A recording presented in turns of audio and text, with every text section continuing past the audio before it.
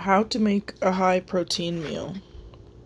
Eating high protein meals is great if you're trying to lose weight or gain muscle or to help have less cravings for things like sugar, which can be helpful when you're trying to manage things like diabetes. This is a bowl with an avocado cut in half, some shredded cheese, some cubes of cheddar cheese, and a couple scoops of cottage cheese. Cottage cheese is actually really high in protein, and I find it easy to add to a lot of different meals. The shredded cheese is a new kind that they came out with that has bacon in it. Here I'm frying about 2 pounds of lean ground beef.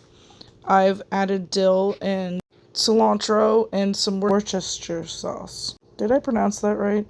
I also added pepper, a little bit of salt, and then I just took a couple big spoons of it and I've mixed it with about 2 cups of broccoli.